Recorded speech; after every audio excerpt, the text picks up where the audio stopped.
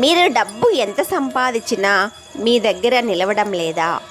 డబ్బు మీ వైపు అయస్కాంతంలా రావాలంటే ఈ చిన్న పని చేయండి. డబ్బు కోసం మీరు వెతకడం కాదండి, డబ్బు మిమ్మల్ని వెతుక్కుంటూ రావాలి. మీ ఇంట్లో ధన ప్రవాహం పెరగాలంటే ఈ సీక్రెట్ ట్రిక్ మీకోసమే. ముందుగా ఒక గాజు గ్లాసులో స్వచ్ఛమైన నీటిని తీసుకోండి.